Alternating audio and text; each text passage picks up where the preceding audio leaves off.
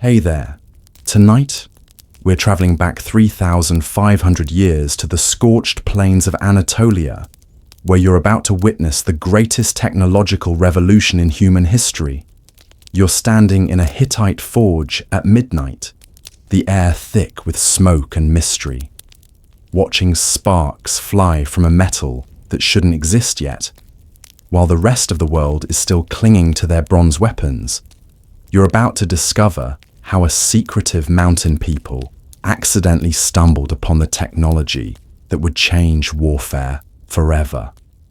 Before we begin this journey through fire and iron, let me know in the comments where you're listening from tonight and what time it is in your corner of the world. Are you tucked under warm blankets in New York? Perhaps drifting off in London? Or maybe you're using this story to unwind after a long day in Tokyo. Wherever you are, you're about to experience history they never taught you in school, the real story of how desperate experimentation, divine accidents, and closely guarded secrets gave birth to the Iron Age. So, dim the lights, settle into your most comfortable position, and let your breathing slow. Close your eyes if you'd like. Tonight, you're not just learning about the Hittite Empire, you're living through their greatest discovery, one hammer strike at a time. Let the rhythmic sound of ancient forges carry you into a deep, peaceful sleep as we uncover the mystery of iron. You find yourself walking through the dusty streets of Hattusa, capital of the Hittite Empire, in the year 1500 BCE. The morning sun casts long shadows between mud brick houses as merchants begin setting up their stalls. You notice something peculiar. While visiting traders display gleaming bronze daggers and copper ornaments, the local Hittite smiths keep their workshops shuttered, smoke seeping through carefully sealed doorways. The air carries whispers in the Hittite tongue, speaking of the black metal from heaven, with reverence and fear. You approach an elderly metal worker named Telepinu, his hands stained permanently black from years of mysterious work. He glances nervously at the palace guards before beckoning you closer. "You want to know about the star metal?" he whispers, his weathered face creasing with forbidden knowledge. The guards patrol past, their weapons wrapped in leather, concealing something darker than bronze beneath. Telepinu pulls you into a shadowed alcove. "My grandfather's grandfather witnessed the first blessing," he murmurs, "when the gods threw down their tears from the sky, burning and black, landing in our mountains." You lean closer as he describes how these celestial gifts changed everything. The old man's eyes dart constantly to the street. "The king has decreed death for any who speak of the process," he warns, "but I can show you where it began." As noon approaches, the workshops finally open, revealing glimpses of dark metal that seems to drink in the light. You realize you're witnessing the dawn of a new age, one forged in secrecy and protected by imperial decree. The very air around these forges feels different, charged with possibility and danger. You follow Telepinu through winding alleys as the afternoon heat intensifies, arriving at a nondescript workshop wedged between two larger buildings. Inside, you meet his apprentice, a young woman named Puduhepa, unusual in this male-dominated craft. Her arms bear the scars of countless burns, badges of honor in this dangerous trade. She's heating a crucible containing strange, dark stones mixed with charcoal. "These aren't ordinary rocks," she explains, her voice barely audible over the roar of the bellows. "They come from the sacred mountain, where lightning strikes most often." You watch, mesmerized, as she works the bellows with practiced rhythm, forcing air through clay pipes into the furnace. The temperature rises beyond anything you've seen in bronze working. The stones begin to glow, then weep metallic tears. This is the secret, Puduhepa whispers. Not just the celestial stones, but the marriage of earth stone with sky fire. Hours pass in the sweltering heat. Your throat burns from the acrid smoke. Your eyes water, yet you can't look away. The furnace reaches temperatures that crack ordinary pottery, requiring special clay from distant riverbanks. Puduhepa adds measured amounts of crushed limestone, chanting prayers to the storm god Teshub with each addition. Without the god's blessing, the metal remains trapped in stone, she says. As evening approaches, she breaks open the furnace, revealing a spongy mass of metal unlike anything you've imagined. It's not the bright shine of bronze, but something darker, more primal. This is bloom iron, raw and powerful, waiting to be born. Night falls as you witness the next crucial stage. A master smith named Mursili arrives, a giant of a man whose reputation extends across the empire. His presence commands immediate respect. Even Telepinu bows slightly. Mursili examines the bloom iron with expert eyes, turning it with specially made tongs that themselves are forged from this mysterious metal. You see how it's full of impurities, he asks, pointing to slag pockets within the spongy mass. Bronze flows like water when melted, obedient and predictable. But iron must be beaten into submission. He places the bloom on a massive stone anvil, imported from quarries in the Taurus Mountains. With a hammer that weighs more than a small child, he begins the arduous process of consolidation. Each strike sends showers of sparks cascading through the workshop like falling stars. You count the blows, 50, 100, 200. The rhythm becomes hypnotic. Between heating cycles, Mursili explains that this process can take days. The metal must be folded upon itself, like kneading bread but with fire and force, he says. The bloom slowly transforms, becoming denser, stronger. Impurities are literally beaten out, creating a material harder than any bronze. This is why we guard our secret, Mursili states, wiping sweat from his massive brow. Not just the source of the stones, but the technique itself. Other kingdoms have iron ore, but they don't understand the dance between fire, force, and patience. The workshop fills with the ring of hammer on metal, a sound that will echo through centuries. Dawn breaks as you're led to a restricted area of the workshop. Here, Master Mursili reveals another layer of secrecy. Along the walls hang various iron implements in different stages of completion, but one section remains covered with thick cloth. What I show you now, he says solemnly, is known to fewer than 20 people in the entire empire. He pulls back the covering to reveal weapons unlike anything in the Bronze Age world. Swords that hold edges sharper than obsidian, spear points that can pierce bronze armor like papyrus. But most remarkably, you see agricultural tools, plowshares that can break ground no bronze tool could penetrate. The weapons bring power, Mursili explains, but these tools bring prosperity.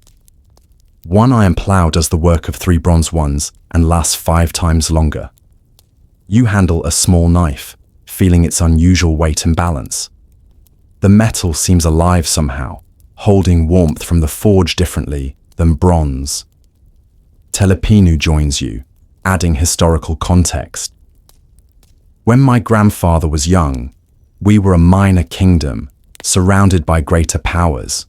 The Egyptians with their gold, the Assyrians with their armies, the Mycenaeans with their bronze mastery. But we had fallen stars and the knowledge to wake them.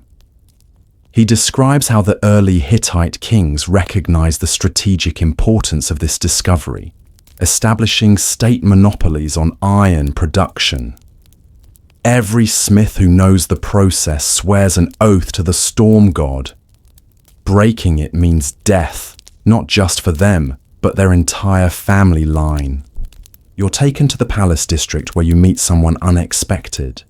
Princess Gasulawia, the king's daughter, who oversees the imperial iron reserves. She's accompanied by military commander Hantili, scarred from countless battles. In a heavily guarded treasury, they show you the kingdom's most precious resource: iron ingots stamped with the royal seal. Each piece is worth its weight in gold, the princess states, her voice carrying absolute authority. We trade single daggers for entire herds of cattle. Commander Hantili demonstrates why. He takes a standard bronze sword from a guard and an iron blade from the treasury. With one controlled strike, the iron weapon cleaves the bronze in half. In battle, this advantage is decisive, he explains. Our enemy's weapons shatter against our iron. The princess reveals diplomatic dimensions you hadn't considered. We gift iron objects to secure alliances, one dagger to seal a treaty that brings us thousands of soldiers. She shows you correspondence from foreign kings, desperate pleas for iron weapons, offering extraordinary tributes. The Pharaoh of Egypt himself sends requests, she says with satisfaction. The most powerful ruler in the known world, begging for our metal. You realize the Hittites haven't just discovered a new metal, they've weaponized knowledge itself. By controlling information about iron production, they've created artificial scarcity of something that, unknown to other kingdoms, exists abundantly in the earth. The princess concludes, our true power isn't the iron itself, but the mystery surrounding it. Your journey continues to the source itself, the sacred mines in the Taurus Mountains. The trek takes 2 days through treacherous paths known only to select guides. You travel with a mining crew led by foreman Supilu Lima, whose family has worked these deposits for generations. The altitude makes breathing difficult, and you understand why few outsiders ever reach these sites.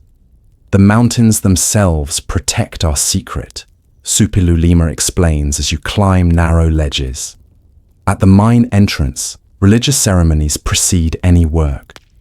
A priest of Teshub performs rituals, offering bread and beer to the mountain spirits. The gods place this gift here, the priest intones. We must show proper gratitude. Inside the mine, the darkness is absolute beyond the reach of oil lamps. The walls glitter with ore veins that look like frozen lightning.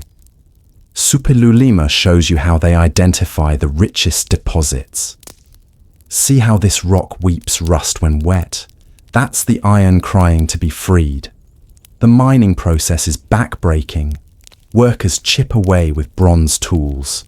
Ironically, they can't use iron here because sparks might ignite underground gases. You witness the constant danger, cave-ins, toxic fumes, and the ever-present risk of angering the mountain spirits. We lose men every season, Supilu Lima admits grimly, but their sacrifice maintains the empire's strength.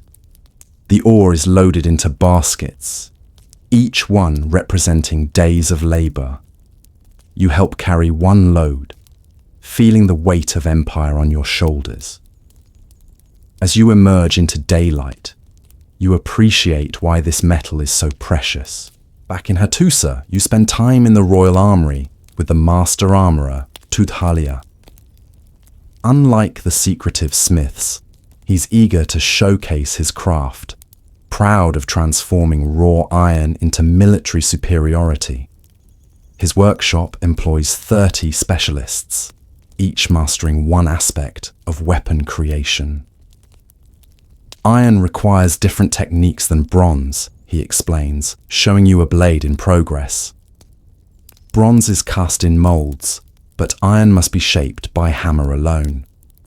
Every piece is unique, carrying the smith's signature in its grain. You watch as his team creates a sword.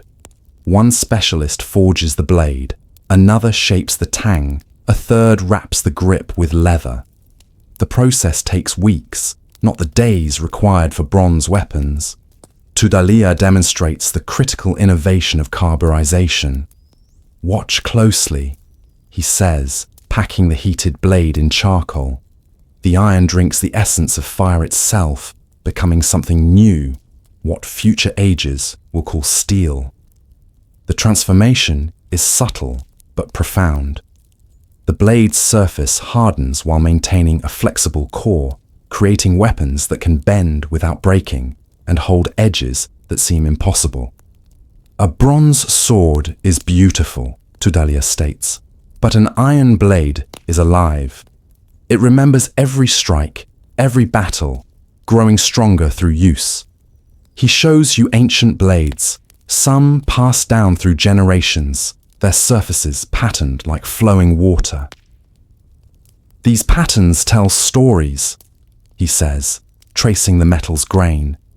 "Each line represents a folding, a heating, a moment when smith and metal became one. You witness the economic revolution iron brings to civilian life." In the agricultural district, you meet Arnawanda, a successful farmer who was among the first to acquire iron tools. His fields stretch farther than neighboring farms.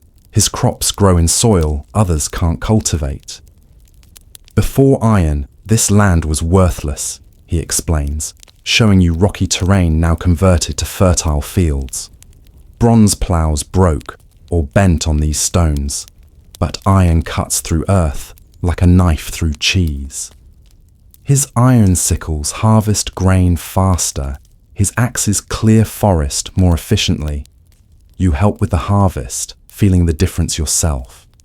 An iron sickle stays sharp through an entire day's work, while bronze tools require constant sharpening. Arnawanda introduces you to his neighbor, Asmunikal, who still uses bronze tools. The contrast is stark. Asmunikal's smaller yields, his exhausted oxen straining against inferior plows, his frustrated workers struggling with dull implements. "I've petitioned the palace for iron tools for 3 years, Asmunikal says bitterly. "But priority goes to those with military connections or royal favor." This disparity creates new social hierarchies. Iron tool owners become wealthy, hiring workers from bronze-dependent farms. You observe how technological advantage translates directly to economic power. Arnawanda admits, "My grandfather was a peasant. Now I own land that belonged to noble families who couldn't adapt." The agricultural revolution you're witnessing will eventually spread beyond Hittite borders. But for now, it's another carefully guarded advantage, creating prosperity that strengthens the empire from within. The royal court summons you to witness a diplomatic triumph.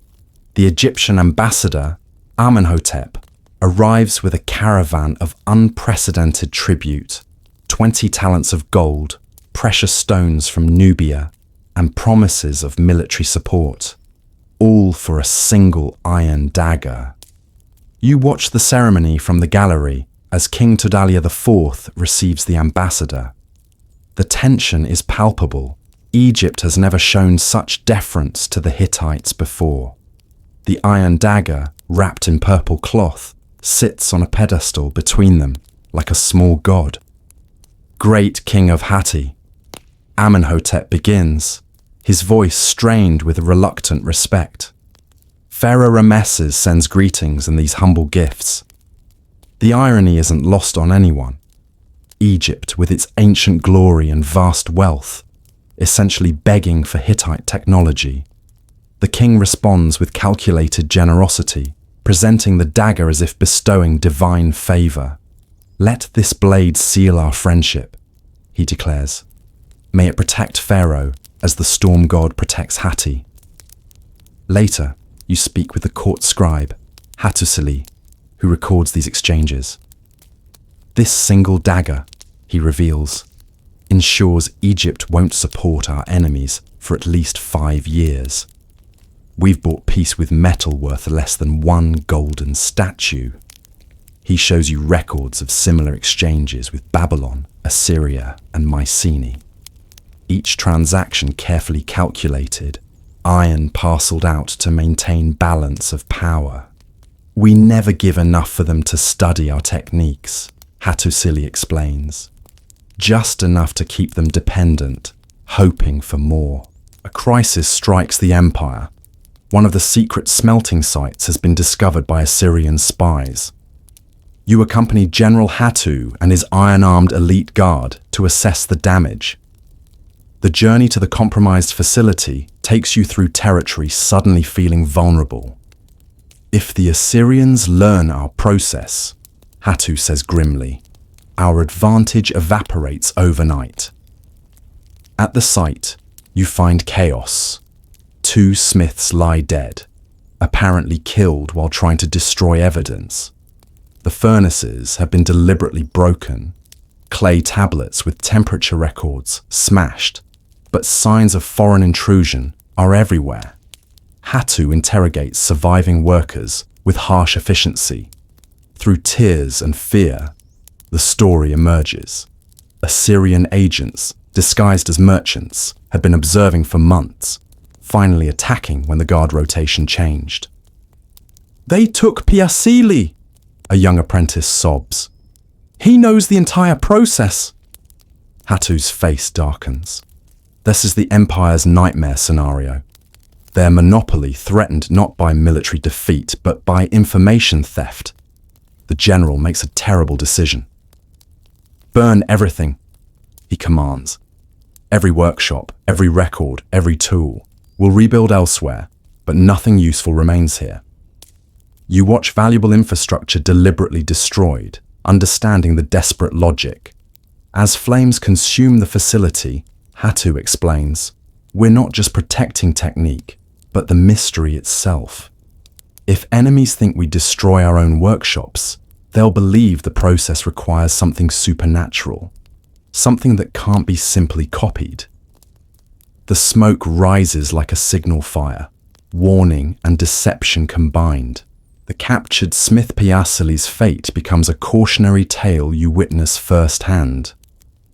Found 3 days later trying to flee toward Assyria, he's brought before the king's justice in the public square. The entire Smith Guild is commanded to attend, making this both trial and warning. Piasili, barely 20, trembles as charges are read. "You swore before Teshub to guard the sacred knowledge," the high priest intones. "You accepted privilege and betrayed trust." The young man's defense is desperate. "They threatened my family. My mother, my sisters. They said they'd sell them as slaves." The crowd murmurs. Many understand this impossible position. Yet mercy isn't possible when state secrets are involved. The king himself passes judgment. "Your family will be protected and provided for," he declares, showing unexpected compassion. "But you knew the oath's price."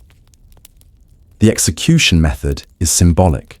Piasili is bound with iron chains and forced to drink molten lead, sealing the secrets he would have revealed.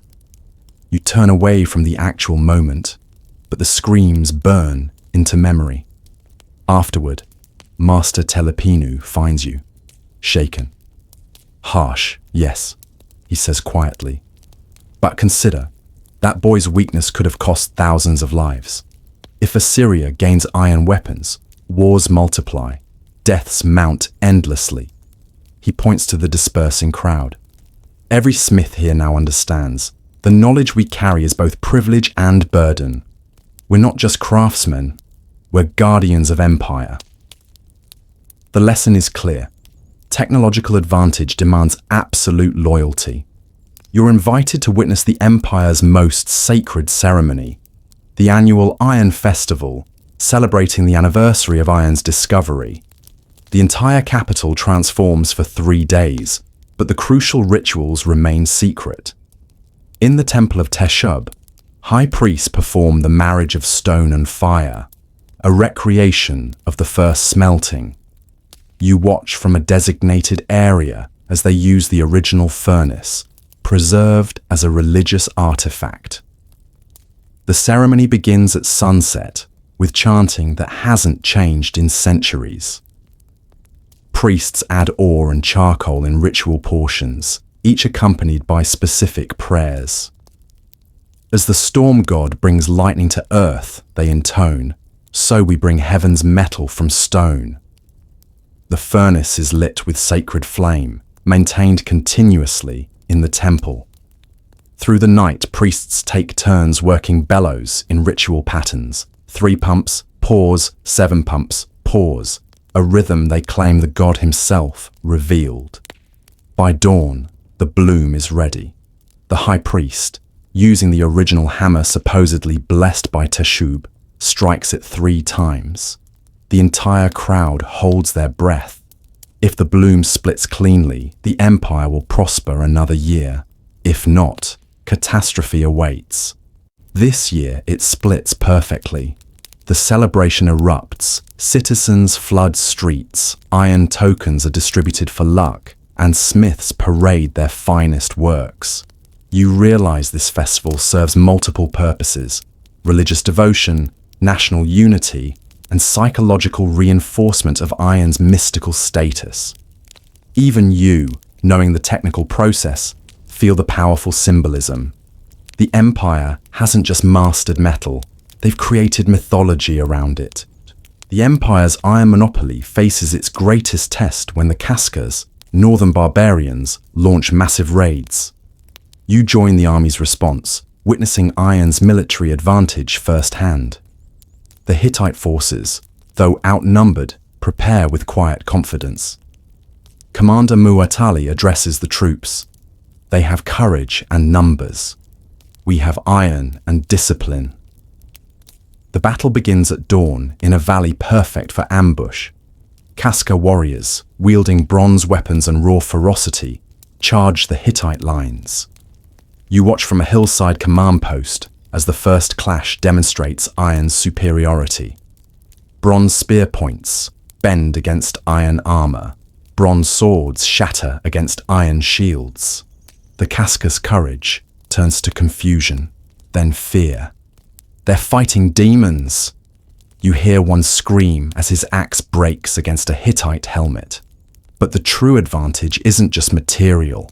Hittite soldiers, knowing their equipment's superiority, fight with unshakable confidence.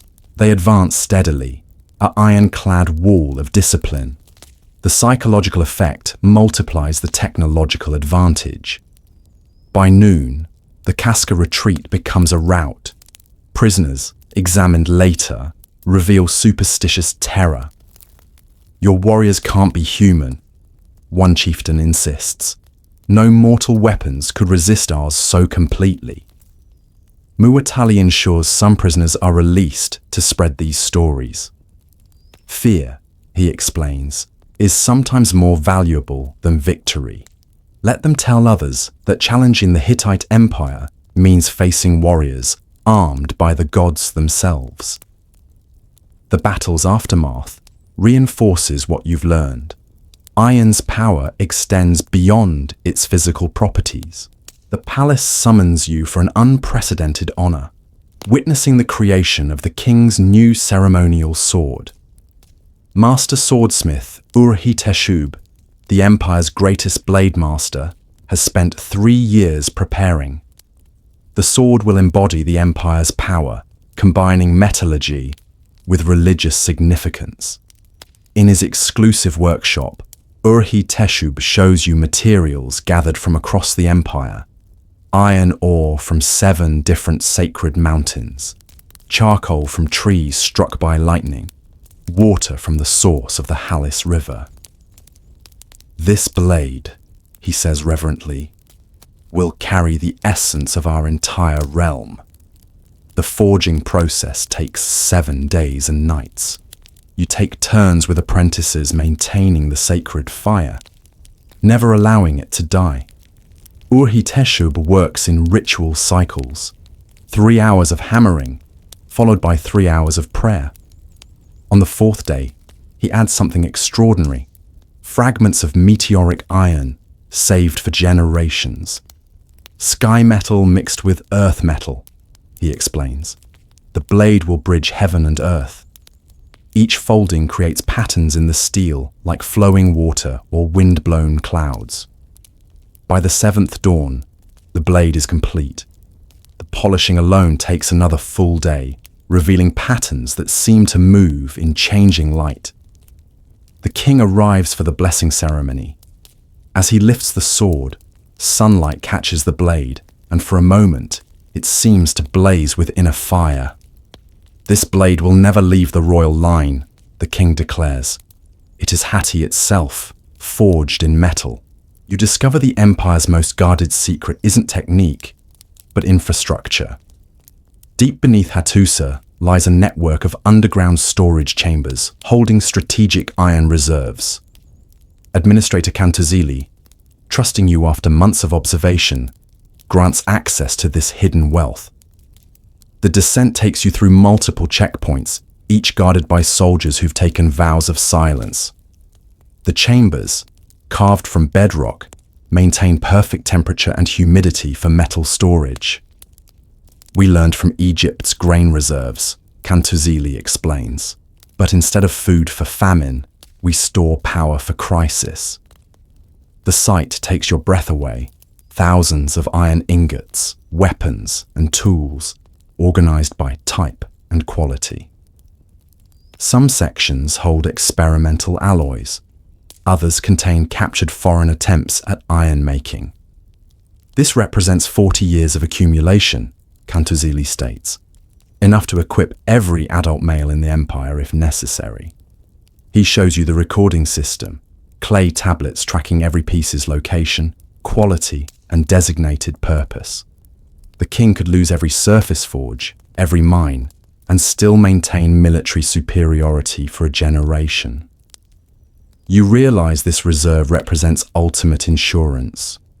While other empires display wealth openly, the Hittites hide their true power underground. Cantuzili reveals the strategic philosophy. Enemies can count our soldiers, estimate our harvests, spy on our forges, but they can't count what they can't see. Uncertainty is our greatest weapon. The tour ends with an oath, sworn. Your education in iron's impact continues at the merchant quarter, where you meet Zidanta, a trader who's built a fortune on iron's secondary economy. His warehouse doesn't store iron itself, but everything needed for its production: specialized clays, rare fluxes, precisely graded charcoal. "Everyone watches the smiths," he says cunningly, "but forgets they need suppliers." His network spans the empire and beyond. Caravans bring limestone from specific quarries where composition is perfect for smelting. Wood from sacred groves becomes charcoal in his controlled burning pits. The difference between success and failure, Zidanta explains, showing you various charcoals, often lies in temperature, and temperature depends on fuel quality. He's developed a classification system, rating charcoals by density, burn rate, and ash content. Master smiths pay premium prices for his highest grades.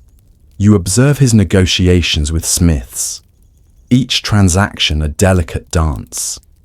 They need his materials, but resent his profits. He needs their business, but can't appear to understand too much about their secret processes. "I walk a narrow path," Zidanta admits. "Too ignorant, and they won't trust my materials. Too knowledgeable, and I become a security risk." His success has attracted attention. Foreign merchants constantly probe for information, offering vast sums for insights into Hittite iron making. "A Babylonian offered me a palace," he laughs, "just to reveal which mountains produce the ore. His refusal isn't patriotic but practical. My fortune depends on the monopoly continuing. Why would I kill the goose laying golden eggs?" A disturbing development emerges. Iron sickness. A mysterious ailment affecting veteran smiths. You accompany the royal physician, Madawata, as he examines victims.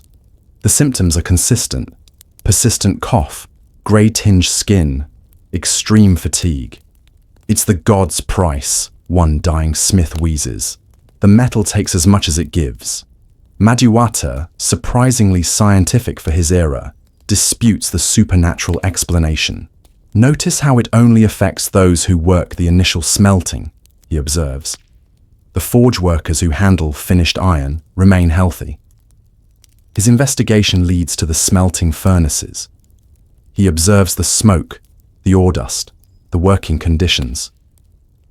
"The sacred metal releases invisible poisons," he theorizes. "Demons that enter through breath and skin." His proposed solutions seem radical. Mandatory rest periods, working in open air when possible, covering faces with wet cloth during certain processes. The Smith Guild resists. "These are sacred procedures," Master Telepinu argues, "unchanged since Teshub's revelation." But the king, pragmatic about maintaining his monopoly's workforce, supports Madhuwata's reforms. "Dead smiths can't forge weapons," he states bluntly. "You witness the implementation of history's first industrial health regulations. Workshops are modified with better ventilation. Smiths rotate through dangerous tasks rather than specializing. The changes face resistance, tradition weighing against innovation. Yet, as death rates decline, even skeptics acknowledge the wisdom." Perhaps, Telepinu eventually concedes, the gods reveal knowledge gradually, expecting us to refine their gifts. Political intrigue strikes when Prince Nerikaili attempts to sell iron secrets to the Mycenaeans. You're present when his conspiracy unravels, witnessing how the royal family handles betrayal from within.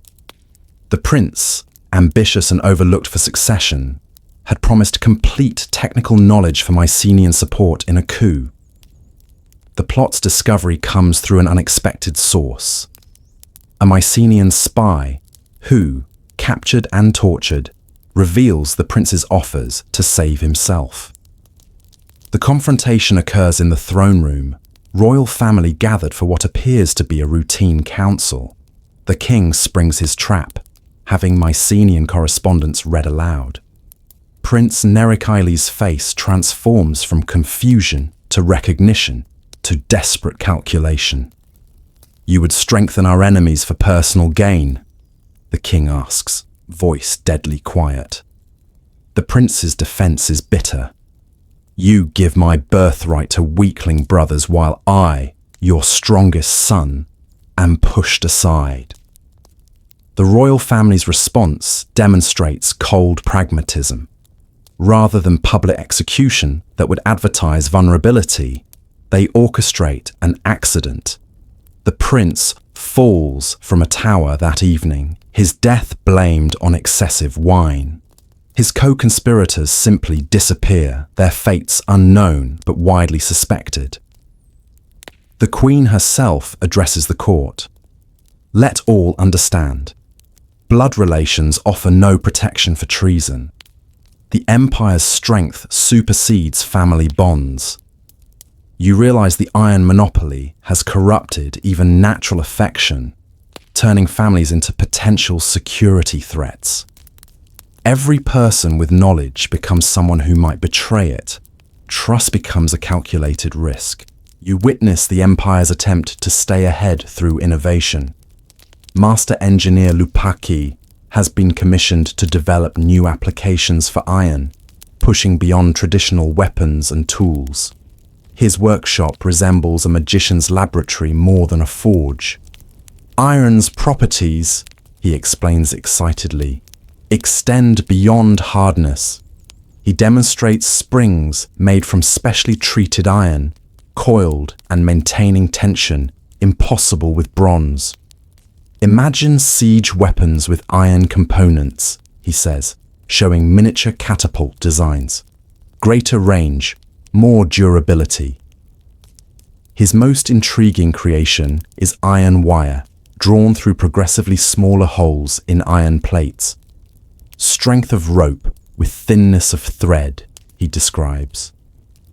applications multiply. Armor reinforcement, construction binding, even musical instruments with iron strings producing new tones. His masterwork is iron reinforcement for architecture. He's embedded iron bars in concrete, creating structures of unprecedented strength. The palace's new tower uses this technique, he reveals. It could withstand earthquakes that would topple traditional buildings. Not all experiments succeed. You observe spectacular failures, attempts at iron boats that sink immediately, iron mirrors that won't polish sufficiently, iron vessels that taint food with metallic taste. Each failure teaches lessons. Bronze had centuries of refinement, Lupaki notes philosophically. We're still learning iron's language. His workshop attracts the empire's brightest minds, creating an informal academy of innovation. Young engineers arrive with wild ideas, most impractical, but occasionally revolutionary. This culture of experimentation ensures the Hittites stay ahead, even as iron knowledge slowly leaks to other nations. The annual trade negotiations with Babylon provide insight into iron diplomacy's complexities. You observe from the gallery as Ambassador Burnaburiash presents Babylon's offerings: astronomical knowledge, mathematical texts, and promises of marriage alliances, all for increased iron shipments. The negotiations stretch over days, each side probing for advantage. The Babylonians have clearly been experimenting with iron production, bringing samples of their attempts. The metal is inferior, brittle, and poorly consolidated, but its mere existence changes dynamics. You see, Burnaburiash says smoothly, we progress toward independence. Perhaps cooperation benefits both our peoples. The Hittite negotiators, led by veteran diplomat Mastery, remain unimpressed. Your iron breaks under a child's grip, he observes, snapping a Babylonian sample with his fingers. Ours cuts stone. These are not the same substance. The real negotiation happens in subtext. Babylon hints at sharing astronomical knowledge that could predict eclipses, powerful for religious authority. The Hittites counter with offers of agricultural tools, but not weapons. Each side maintains elaborate courtesy while maneuvering for dominance. Finally, agreement is reached. Limited iron tools for Babylon, astronomical texts for Hatti, and importantly, Babylon agrees not to share their inferior iron-making attempts with other powers. We each guard our advantages, Burnaburiash concludes diplomatically. Later, Masturi explains the strategy. Let them waste resources pursuing inferior techniques. Every year they spend on failed experiments is a year we maintain superiority. A religious crisis emerges when priests of the old gods claim ironworking offends traditional deities. You attend a dramatic confrontation at the temple complex, where High Priest of Arina, goddess of the sun, debates with Teshub's priesthood. This black metal brings darkness, the Arina priest declares. Our empire grew great with bronze, blessed by the sun's golden light. Now we follow storm darkness, and chaos grows. He points to recent droughts, military setbacks, and the prince's betrayal as evidence of divine displeasure. The priest of Teshub responds forcefully. The storm god gave us strength to defend against enemies. Would you have us return to weakness? The theological debate has practical implications. Some conservative nobles support the old gods, seeing iron as disruption of natural order. The king must balance religious factions while maintaining technological advantage. A compromise emerges through Queen Puduhepa's wisdom. She proposes incorporating both deities. Perhaps Arina's sun flame heats the forge, while Teshub's strength shapes the metal. Gods work together, as must we. A syncretic ceremony is developed, combining both traditions. Priests of multiple gods bless iron production. each claiming credit for different aspects. The solution satisfies no one completely, but prevents religious civil war. You observe how technology forces theological evolution. The old priest privately admits, "We know iron won't disappear. Better to claim partial credit than total irrelevance."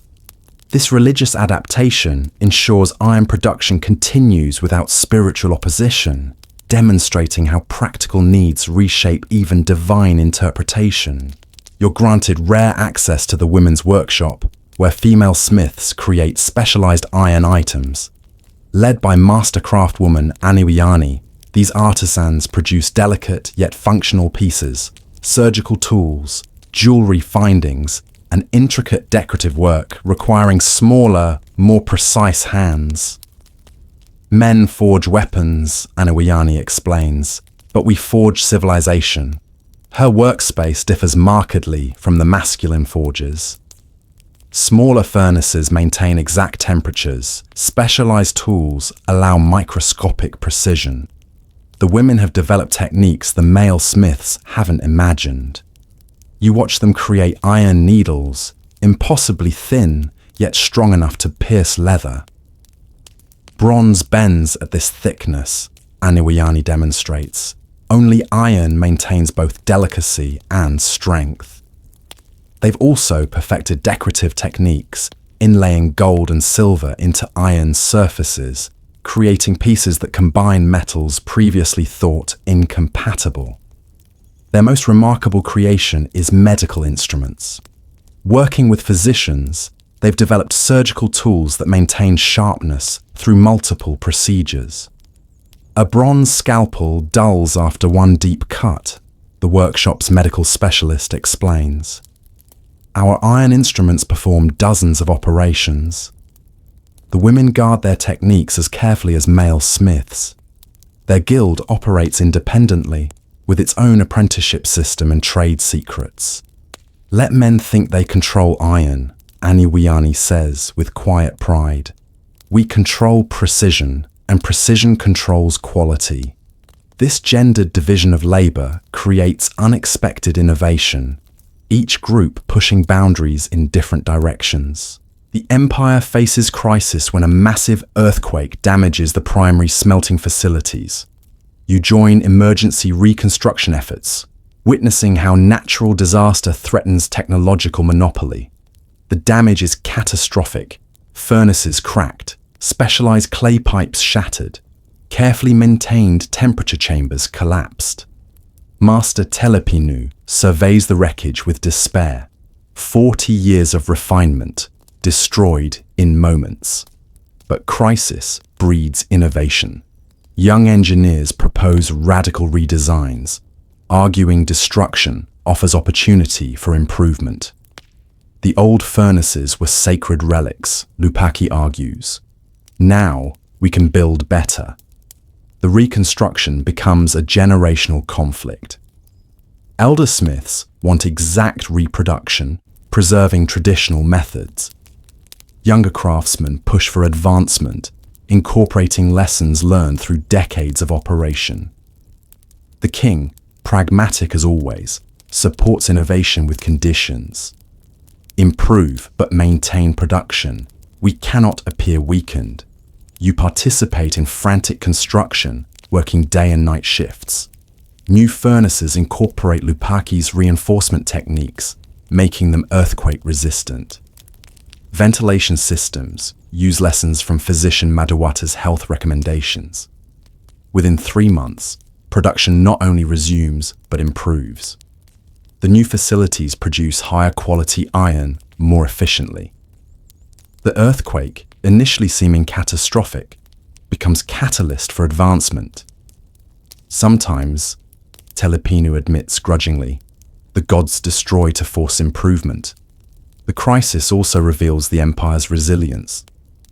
Despite temporary vulnerability, no enemies successfully exploited the weakness, testament to decades of accumulated reserves and maintained fear.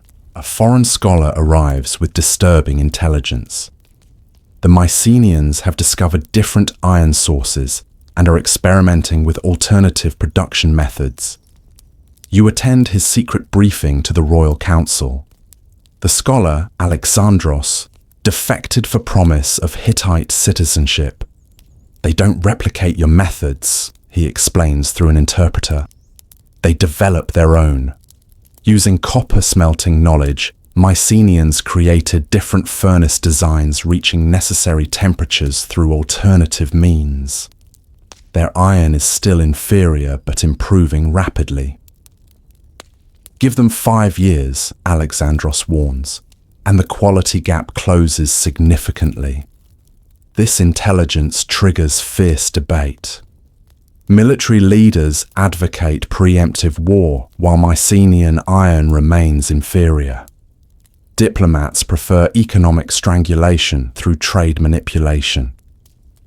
The priesthood sees divine testing of Hittite worthiness. The king chooses a subtler approach. Technological misdirection. We'll sell them small amounts of our iron, he decides, but also false information about our process. Let them waste resources pursuing impossibilities. You help implement this strategy, creating convincing but useless technical drawings, fabricating religious requirements that complicate without adding value. Alexandros assists, understanding Mycenaean thinking. They're too proud to admit failure, he explains. They'll persist with wrong methods rather than acknowledge deception. The campaign succeeds beyond expectations. Mycenaean smiths waste years pursuing deliberately misleading techniques. By the time they realize the deception, Hittite smiths have advanced further, maintaining the technological gap through continuous innovation rather than mere secrecy. The empire's iron monopoly creates unexpected social revolution. You observe how access to iron tools transforms class structures, creating new wealthy merchants and diminishing traditional aristocracy's power. In the market district, former peasant Kushu now owns 3 shops. His wealth built on iron tool trading. My grandfather couldn't own land, he tells you. But iron doesn't care about bloodlines. His success story multiplies throughout the empire. Traditional nobles, their bronze-based wealth suddenly less valuable, watch power shift to iron-controlling newcomers. Some adapt, investing in iron-related ventures. Others resist, clinging to outdated superiority. The social tension erupts at the harvest festival. A noble's son, Tutu, publicly insults an iron merchant's daughter, calling her dressed-up slag. Her father, now wealthier than Tutu's family, demands satisfaction. The resulting duel becomes symbolic. Tutu with ancestral bronze sword, the merchant with iron blade. The fight ends quickly, bronze sword shattering on first serious contact.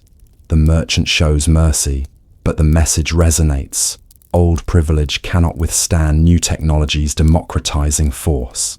The king navigates carefully, needing both traditional loyalty and new wealth. He creates hybrid institutions, placing iron merchants on previously noble-only councils while maintaining ceremonial positions for old families. Change is forged gradually, he states diplomatically, like iron itself, through patient working. You witness society's fundamental restructuring, technology driving social evolution. Iron doesn't just change warfare and agriculture, it reshapes the human hierarchy itself. You journey to the borderlands where iron's impact on agriculture revolutionizes settlement patterns. Previously uninhabitable rocky terrain now supports thriving communities, thanks to iron plows that can break any soil. Village headman Sharima shows you their transformation. 5 years ago, this was wasteland, he says, gesturing at wheat fields stretching to the horizon. Bronze tools couldn't penetrate this ground. Now we feed the capital. The change goes beyond simple cultivation. Iron axes clear forests faster. Iron-reinforced wheels traverse rough terrain. Iron tools dig deeper wells, accessing previously unreachable water. Each advancement enables further expansion. You help with the harvest, experiencing firsthand how iron scythes triple gathering speed. A single family harvests what previously required entire villages. This efficiency creates labor surplus, enabling specialization. The village now supports dedicated craftsmen, a school, even a small temple. But expansion creates conflicts. Nomadic tribes, their traditional grazing lands converted to farms, raid settlements increasingly. You witness an attack, iron-armed village militia repelling bronze-equipped raiders decisively. Progress demands protection, Sharuma states grimly. The borderlands become the empire's future in microcosm. Iron enabling expansion, but requiring constant defense of gains. These frontier settlements, initially seeming peripheral, provide crucial resources feeding the empire's growth. We're not just farmers, Sharuma explains. We're the empire's growing edge, extending civilization through iron's strength. You understand that iron doesn't just improve existing society, it enables entirely new forms of human organization. The aging Master Telepinu calls you for his final lesson, knowing his death approaches. In his private workshop, he reveals the deepest secret, the spiritual dimension of iron working that no technical knowledge can replicate. Every smith develops a relationship with the metal, he explains weakly. Iron responds to the worker's spirit. Fear makes it brittle, anger makes it crack, but patience and respect create strength. He demonstrates, despite his frailty, heating a small piece of iron. His trembling hands steady as he works, the metal seeming to cooperate with his will. The resulting piece, though small, possesses quality you've rarely seen.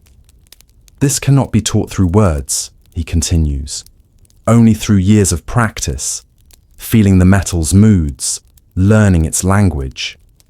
He reveals that master smiths undergo spiritual training alongside technical education, meditation before important work, fasting to purify intentions, even dream interpretation to understand the metal's messages.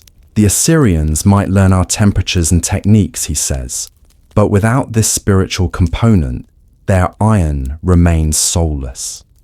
His final gift is a small hammer, worn smooth by his grandfather's hands. 4 generations of knowledge in this tool, he whispers. The metal remembers every strike, carries wisdom forward. As he dies that night, you realize the Hittite monopoly's true foundation isn't just technical secrets, but accumulated wisdom passed through generations of devoted craftsmen. The empire hasn't just discovered iron, they've developed an entire philosophy around it. Political upheaval strikes when King Tudaliya dies suddenly, triggering succession crisis. 3 princes claim the throne, each promising different approaches to iron monopoly. You witness the empire's most dangerous moment since iron's discovery. Prince Arnuanda advocates total secrecy, proposing to eliminate foreign smiths and cease all iron trade.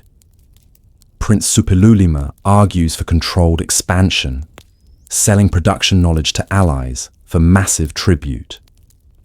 Prince Muatali wants to weaponize the monopoly, using iron advantage for immediate conquest. The Royal Council deadlocks, factions forming around each candidate. Civil war threatens, which would expose iron secrets amid chaos. The Queen Mother, Puduhepa, intervenes with shocking proposal, trial by iron. Each prince must personally forge a blade, the metal itself choosing the true king. The ceremony occurs in the sacred forge, priests of all gods attending. Arnuanda, despite royal training, produces brittle metal that shatters. Supilulima creates functional but uninspired work. Muwatalli, surprisingly, forges a blade of exceptional quality, the iron responding to his warrior spirit. "The metal has spoken," the Queen declares. Muwatalli's ascension brings military focus to iron production. Weapons receive priority, expansion plans accelerate. You observe how succession affects technological development. Each ruler's personality shaping innovation's direction. The new king's first decree doubles military iron production while maintaining trade restrictions. "We'll conquer through superiority," he declares, "not sharing." The empire enters an aggressive phase, iron enabling ambitions previous kings restrained. The new king's aggressive policies lead to the empire's first major iron-based conquest. You march with the army against the wealthy city-state of Carchemish, witnessing iron warfare's full potential. The siege demonstrates iron's overwhelming advantage. Carchemish's bronze-reinforced gates, considered impregnable, fall to iron-headed battering rams. Their elite bronze-armored guards, the region's finest warriors, cannot withstand iron weapons. You participate in the final assault, seeing defenders despair as their weapons prove useless. "Fighting gods," one captured soldier mutters repeatedly, unable to comprehend the technological disparity. The city's conquest provides vast wealth but also strategic position-controlling trade routes. King Muwatalli immediately establishes ironworking facilities, extending the empire's production capacity. However, victory brings unexpected challenges. Governing conquered populations requires administrators, not warriors. Iron weapons can capture cities, but not necessarily hold them. Rebellions begin almost immediately, forcing permanent garrison deployment. You observe how military success through technology creates imperial overextension. Each conquest requires resources to maintain, spreading the empire thin. The king responds by selectively sharing iron technology with conquered elites, creating collaborative relationships. "Better to make them dependent partners than resentful subjects," he explains pragmatically. This policy shift marks iron monopoly's evolution from absolute secret to managed advantage. The empire learns that technological superiority alone cannot sustain dominance. Political wisdom must accompany military might. A breakthrough in iron technology emerges from unexpected source. A captured Assyrian alchemist named Sinleki Unini. Initially prisoner, his chemical knowledge proves valuable enough to earn conditional freedom. You observe his revolutionary experiments in the palace workshops. "Your smiths understand heat and hammering," he explains, "but not chemistry's subtleties." He introduces controlled carbon addition through precise organic materials, creating consistent steel rather than accidental quality. His most significant innovation involves quenching techniques. "The cooling speed determines crystal structure," he demonstrates, plunging heated iron into various liquids, water, oil, even honey. Each produces different hardness and flexibility. The traditional smiths initially resist foreign knowledge, but results speak louder than prejudice. Blades using Sinleki Unini's techniques outperform traditional ones consistently. Master Urhi Teshub, initially hostile, becomes his strongest supporter after testing the improved metal. "Perhaps the gods send teachers in unexpected forms," he admits grudgingly. The collaboration produces the empire's finest weapons yet, but also raises concerns. If an Assyrian can improve Hittite techniques, what might other foreign minds contribute? The king decides to actively recruit foreign expertise, offering citizenship for valuable knowledge. This cosmopolitan approach accelerates innovation, but dilutes the purely Hittite nature of iron mastery. You witness the empire transforming from insular secret keeper to selective knowledge aggregator. iron technology becomes less mystical, more scientific, losing some sacred aura but gaining practical advancement. The Empire faces its greatest espionage threat when a network of foreign spies is discovered, having operated for years within the iron workshops. You're present during the investigation that reveals the conspiracy's shocking scope. The spy ring's leader, surprisingly, is Hanathana, a respected female smith in Anuiani's workshop. Her position allowed access to both male and female smithing secrets. Under interrogation, she reveals she's actually Babylonian, inserted into Hittite society as a child. 40 years I've waited, she says with bitter pride, sending information fragment by fragment. The investigation uncovers 12 more operatives, false merchants, corrupt guards, even a junior priest. Together, they've transmitted enough information for Babylon to potentially recreate Hittite processes. The damage assessment is devastating. While no single spy knew everything, collectively, they've compromised most technical secrets. King Muwatalli faces a terrible decision. Pursue the spy's handlers, risking war with Babylon, or accept the breach and adapt. He chooses adaptation with vengeance. If secrets are compromised, we'll advance beyond what they've learned, he declares. A massive innovation program launches, pushing iron technology to new extremes.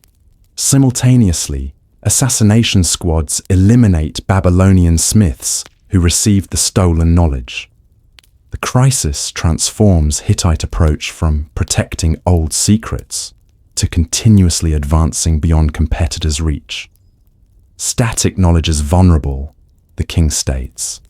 Dynamic innovation is invincible. The empire learns that perpetual innovation is the only true defense against espionage. Security measures intensify, but focus shifts from preventing knowledge theft to maintaining technological leadership through constant advancement. You witness the Empire's most ambitious project, creating an iron-hulled ship. Maritime dominance has always eluded the land-focused Hittites, but King Muwatalli believes iron could change this. Master shipwright Zananza leads the project, despite widespread skepticism. Everyone knows iron sinks, critics argue. Zananza responds with calculated designs, using iron's strength to create thinner, lighter hulls than wooden ships require. The construction takes place at a secret coastal facility. You watch as iron plates are carefully shaped and joined, using techniques adapted from architecture. The ship's skeleton uses iron reinforcement, creating unprecedented structural integrity. This vessel could ram bronze-reinforced ships and survive, Zananza explains enthusiastically. The launch day arrives with mixed excitement and dread. As the ship slides into water, many expect immediate sinking. Instead, it floats, its carefully calculated displacement overcoming iron's density. Initial sea trials reveal both advantages and problems. The ship is indeed stronger, faster due to its streamlined form, and virtually impervious to conventional naval weapons. However, salt water causes rapid corrosion, and the vessel requires constant maintenance. We've created a supreme weapon that destroys itself, Zananza admits with frustration. The project ultimately fails as practical maritime solution, but innovations developed for it find other applications. Iron reinforcement techniques improve land vehicles, and corrosion resistance research advances metallurgy. Failure teaches more than success, the king observes philosophically. The abandoned iron ship becomes a monument to ambition exceeding current technology. Religious revolution erupts when a prophet named Telipuraya claims direct revelation from Teshub about iron's true purpose. You attend his dramatic sermon in Hattusa's main square, where thousands gather to hear his radical message. The storm god weeps, Teleperia declares. We've corrupted his gift, using sacred metal for conquest rather than construction. He preaches that iron should serve peaceful purposes, tools for feeding people, instruments for building, never weapons for killing. His message resonates with war-weary populations and threatens the military-industrial foundation of Muwatalli's reign. The prophet performs theatrical demonstrations, melting captured weapons into plowshares, transforming spears into pruning hooks. This is iron's divine purpose, he proclaims. Each demonstration attracts more followers, creating a movement that challenges state control. The king faces a delicate situation. Executing a popular prophet risks religious uprising, but allowing anti-military preaching undermines imperial power. He chooses subtle discreditation, arranging for Teleperia to receive divine visions through drugged wine, making increasingly absurd proclamations that alienate followers. You witness the prophet's gradual descent into manipulated madness, his original message lost in induced ravings about iron butterflies and metal rain. The movement collapses, but its core idea persists underground. Some smiths begin secretly producing extra tools alongside weapons, small acts of conscience within the military machine. The incident reveals how iron technology has become entangled with moral questions, its power forcing ethical considerations previous technologies never raised. The empire's iron monopoly faces existential threat when multiple kingdoms simultaneously develop independent iron technology. You attend the emergency council where intelligence confirms the worst. Egypt, Assyria, Mycenae, and even distant Cyprus now produce functional iron. The monopoly hasn't been broken, it's been shattered. How did this happen simultaneously? The king demands. The answer comes from multiple sources: parallel development, successful espionage, and most surprisingly, independent discovery. The volcanic island of Cyprus found different ore sources, developing unique smelting techniques. Debate rages about response. Military commanders advocate immediate war before enemies master their new technology. Diplomats suggest forming an iron-producing cartel, maintaining advantage through cooperation. Economic advisors propose flooding markets with superior Hittite iron, making competition unprofitable. The king chooses a fourth option: specialization. If everyone has iron, we must have the best iron, he declares. Resources shift from protecting basic techniques to advancing specialized knowledge. The empire develops spring steel, maintains superiority in medical instruments, and creates alloys others can't replicate. You observe how the empire adapts to lost monopoly by pursuing quality over exclusivity. Master smiths who once guarded basic secrets now compete in innovation. The transition is painful. Economic advantage shrinks. Military superiority diminishes. But new equilibrium emerges. We ruled through secret knowledge, Administrator Cantuzili reflects. Now we must lead through superior application. The Hittite Empire's golden age of monopoly ends, but its iron expertise ensures continued relevance. Years pass, and you return to Hattusa as iron knowledge spreads across the ancient world. The city has changed. No longer the unique center of iron mastery, but still renowned for quality. You visit Pudahepa, Telepinu's former apprentice, now a master smith herself. Her workshop has adapted to competition through specialization in surgical instruments. We can't stop others from making iron, she says, showing incredibly delicate tools. But we can maintain excellence in precision. The transformation extends throughout the empire. Former weaponsmiths now create architectural innovations. Agricultural specialists develop improved cultivation tools, and artists explore iron's aesthetic possibilities. The military advantage has equalized, but economic benefits persist through reputation and expertise. You attend the new International Smiths Gathering, where craftsmen from various kingdoms exchange non-military techniques. The Hittites, as original masters, hold honored positions but no longer monopolistic power. Knowledge flows more freely. Innovation accelerates through collaboration. King Muwatalli, older and wiser, addresses the gathering. We once hoarded knowledge like misers. Now we trade expertise for expertise, growing stronger through exchange. The approach works. Hittite iron products command premium prices, not through scarcity but quality. In the marketplace, you see the democratization complete. Common farmers own iron tools. Regular soldiers carry iron weapons. What was once divine mystery has become human tool. Yet the Hittites' pioneering role ensures lasting respect. We lit the forge that changed the world, Puduhepa states with quiet pride. Your journey takes an unexpected turn when you discover a hidden valley where traditional smiths maintain ancient practices, refusing to acknowledge the changed world.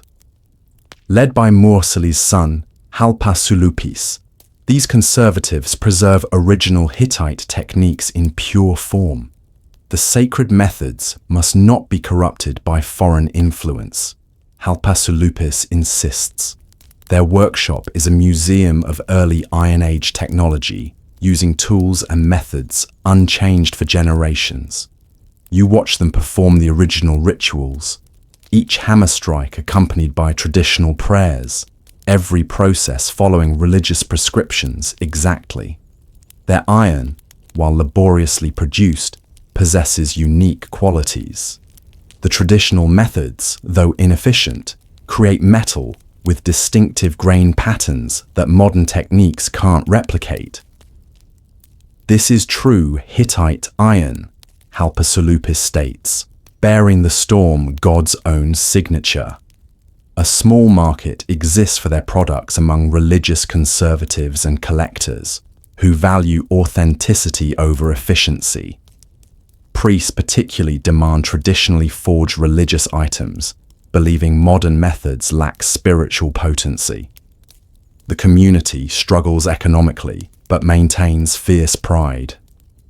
Their children face difficult choices: preserve tradition or embrace profitable innovation. You witness heated arguments between generations, the universal conflict between heritage and progress. We're living artifacts, one young smith complains, maintaining practices the world has surpassed. Yet their elder responds, someone must remember the original ways. When innovation fails, foundations remain. This hidden valley represents the empire's ambivalence about change, preserving the past while the future rushes forward. Economic transformation accelerates as iron becomes common. You witness Hattusa's merchant quarter adapting to new reality, where competitive advantage shifts from controlling iron to innovative applications. Merchant Prince Amuna has built new fortune not selling iron, but financing iron-based enterprises. The metal itself is no longer precious, he explains in his counting house, but what people do with it creates endless opportunities. He funds expeditions seeking new ore sources, not for secrecy, but for specific properties. Different ores produce distinct iron qualities, enabling specialized applications. His latest venture involves iron from distant mountains that naturally contains elements creating superior flexibility. The social implications are profound. Former bronzeworking families either adapt or collapse. You meet Supiluliuma, once wealthy bronze merchant, now working as simple iron trader. 3 generations of expertise, worthless overnight, he laments. Conversely, previously poor entrepreneurs thrive through innovation. Young Madhuwata invented improved iron hinges, building modest but stable business. I couldn't compete with established smiths, he explains, so I found niches they ignored.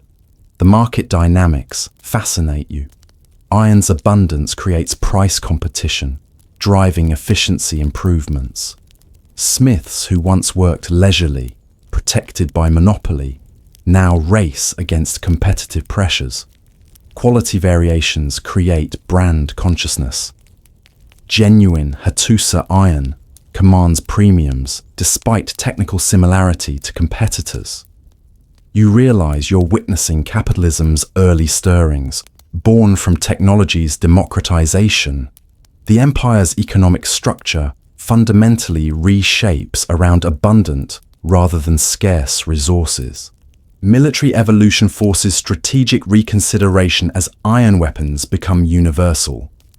You join General Hattu's son, Labana, in developing new doctrines for post-monopoly warfare. When everyone has iron, Labana explains at the military academy, victory requires superior tactics, not superior metal. Training emphasizes combined arms approaches, coordinating iron-equipped infantry with cavalry and archers. The advantage shifts from equipment to organization, from individual weapon quality to systematic deployment. You participate in war games demonstrating new realities. Armies with identical iron equipment achieve vastly different results based on leadership and coordination. Iron democratized warfare, Labana notes. A farmer's son with iron sword can kill a noble just as effectively. This democratization threatens traditional military hierarchies. Noble cavalry, once dominant through superior bronze equipment, must justify position through skill rather than material advantage. Many fail this transition. The empire's military academies transform from weapons training centers to strategic education institutions. Officers study logistics, communication, and psychological warfare rather than simply sword techniques. Future wars, Labana predicts, will be won by minds wielding iron, not iron alone. You observe how technological parity forces human development. When material advantage disappears, human factors, training, morale, innovation, become decisive. The Hittite military, forced to abandon technological superiority, develops organizational advantages that prove more lasting than their iron monopoly ever was. Cultural transformation accompanies technological change as iron influences art, literature, and philosophy. You attend the premiere of The Iron Age, a theatrical production exploring the metal's impact on human consciousness. Playwright Anuyani uses iron as metaphor for human transformation. As ore becomes metal through fire, her protagonist declares, so humans become civilized through trial. The play's staging incorporates actual smithing, sparks, and hammer strikes, punctuating dramatic moments. The audience includes everyone from smiths to nobles, iron having created shared cultural reference. Literary works proliferate examining iron's meaning. Poets compare love to forging, describing relationships hammered strong or brittle from poor tempering. Philosophers debate whether iron's discovery was divine gift or human achievement. In the academy, master teacher Gasulawius proposes radical theory. Iron didn't just change our tools, it changed our minds. We think in terms of strength, flexibility, and tempering now. Our metaphors shape our thoughts. You observe children's games incorporating iron themes. They play smiths and spies, recreating the Monopoly era's intrigues. Young lovers exchange iron rings rather than traditional bronze, symbolizing stronger bonds. Religious art evolves, depicting gods with iron attributes. Teshub's lightning becomes heaven's hammer on earth's anvil. Even peaceful deities acquire iron symbolism, their strength reimagined through metallic metaphors. The cultural shift is profound. Iron has become more than material. It's lens through which society views itself. Environmental consequences of iron production become increasingly visible. You survey the deforested hills around Hattusa with Royal Environmental Assessor Zidansa, witnessing the hidden cost of technological advancement. Each iron ingot requires massive charcoal quantities, Zidansa explains, pointing to bare slopes once thick with trees. We've consumed centuries of growth in mere decades. The ecological damage extends beyond deforestation. Streams run red with mine runoff, their waters poisoning downstream agriculture. Slag heaps create dead zones where nothing grows. Air quality in smithing districts causes respiratory problems previously unknown. Progress has price, Zidansa states grimly. We're borrowing from our children's future. Some attempt remediation. Progressive landowner Tudhalia plants fast-growing trees specifically for charcoal production, creating sustainable fuel sources. We must forge cyclically, he argues, taking and returning in balance. Near mines, innovative engineers develop settlement ponds, reducing water contamination. Smiths experiment with coal instead of charcoal, though religious conservatives resist burning dead stone instead of living wood. The environmental movement faces resistance from those profiting from unrestricted production. The empire's strength requires sacrifice, argues Minister Hosea. Soft concerns about trees shouldn't override hard necessities of power. You witness the eternal conflict between progress and preservation. Iron brought civilization forward, but at environmental cost. As you observe dying forests and poisoned streams, you wonder if humanity will learn balance before resources exhaust. The lesson is clear. Technological advancement without environmental consideration creates prosperity that consumes its own foundation. Personal transformation completes as you prepare to leave Hattusa, your iron education concluded. Master Smith Puduhepa presents you with a ceremonial dagger, your journey from observer to initiate complete. You've witnessed iron's full cycle, she says, from secret to commonplace, from divine mystery to human tool. The dagger embodies everything learned, technically perfect, yet practically functional, bearing traditional patterns through modern techniques. You reflect on the empire's transformation. The streets you first walked, where iron was whispered secret, now ring with hundreds of smiths' hammers. Children play with iron toys. Farmers argue iron tool prices. Soldiers maintain iron weapons routinely. What was once civilization's greatest secret is now its foundation. Meeting survivors from your early encounters provides perspective. Princess Gasulawiya, now Queen Mother, rules empire, adapting to post-monopoly reality. We traded secrecy for lasting influence, she reflects. Better to shape iron's future than futilely guard its past. Former spy Alexandros has become respected metallurgist, his foreign origins forgotten in his contributions. Knowledge wants to spread, he philosophizes. Fighting that nature causes suffering, embracing it brings progress. Even conservative Halpasulupis admits change's inevitability. We preserve the old ways not to stop progress, but to remember origins. Someone must maintain the thread connecting past to future. Your iron education transforms into broader understanding about technology, society, and human adaptation. The Hittite story isn't just about metal, but about how innovations reshape civilizations, creating new possibilities while destroying old certainties. The empire, faces final crisis as Age of Iron transitions to something new. Rumors reach Hattusa of Eastern kingdoms experimenting with different metals, combining iron with mysterious elements creating superior alloys. You join the last great council meeting addressing the Empire's future direction.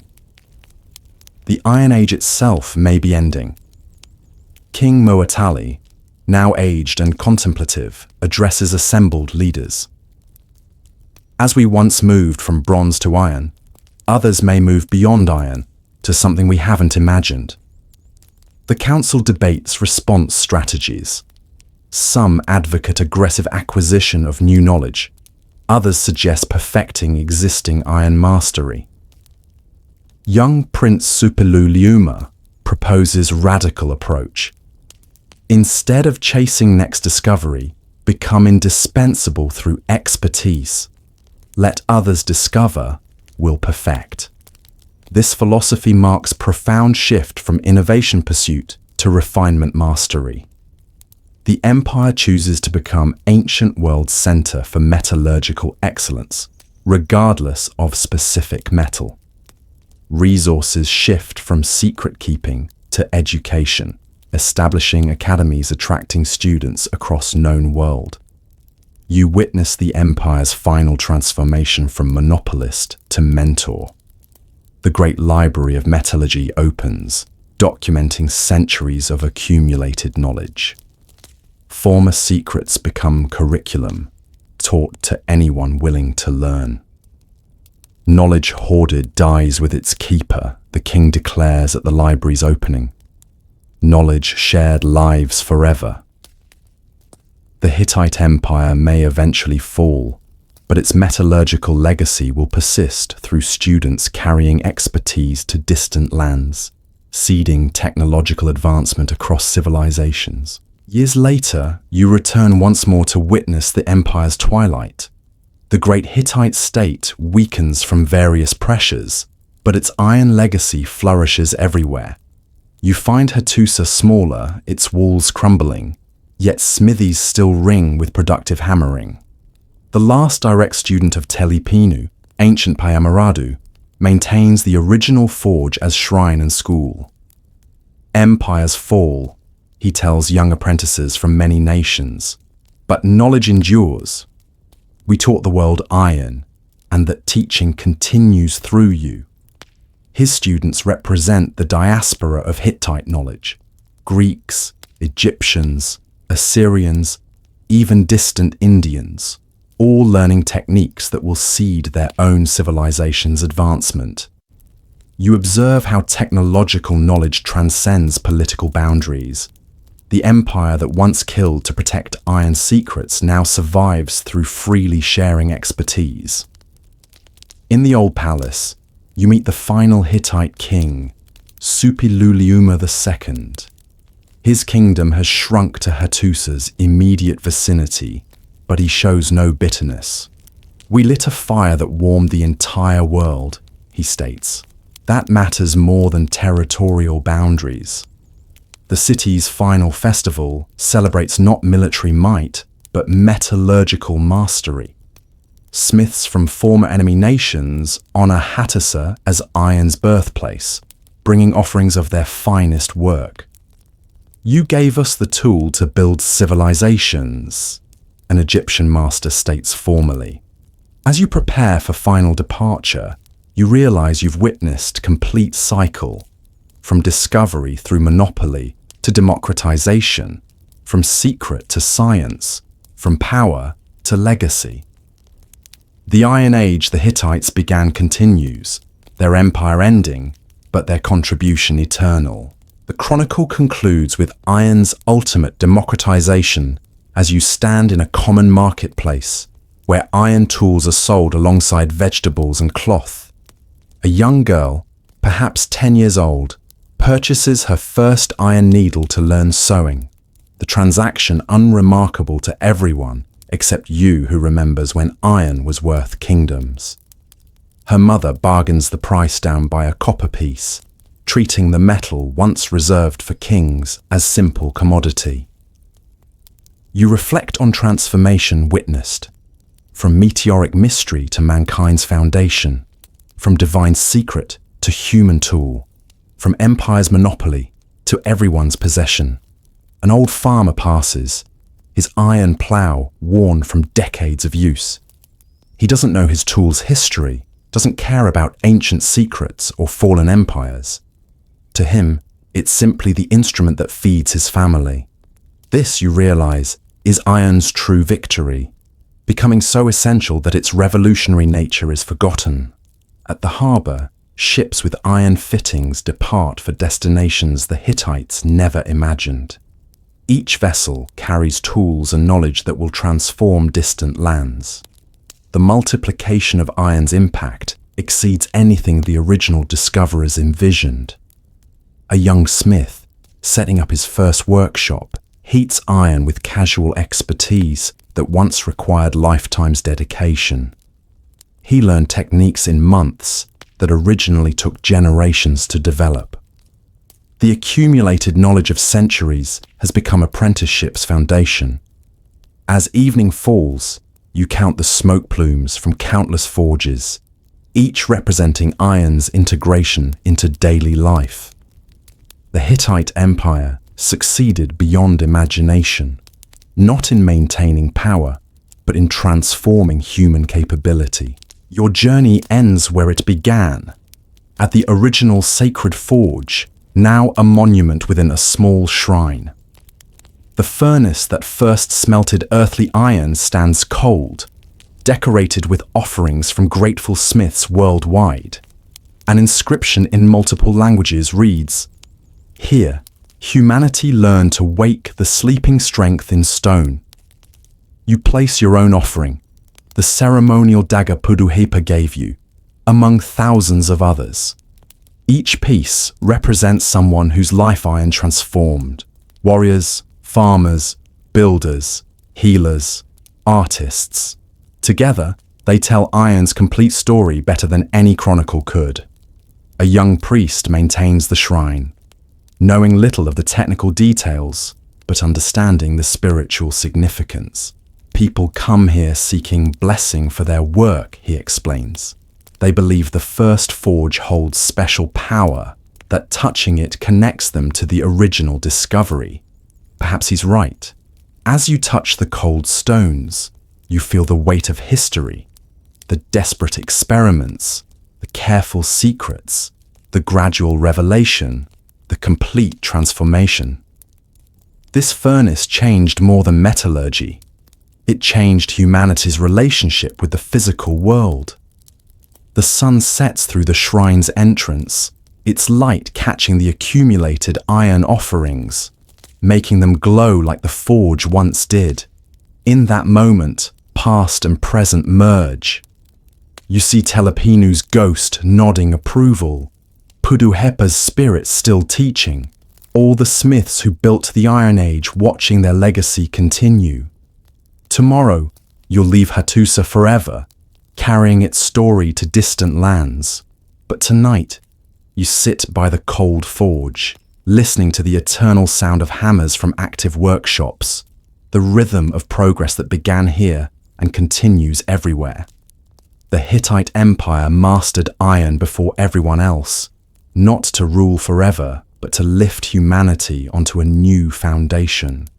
Their monopoly ended, their empire fell, but their gift to civilization endures in every iron tool, every steel structure, every metallic innovation that followed. The secret they guarded so carefully became humanity's common heritage, and that transformation from mystery to mastery represents the greatest victory of all.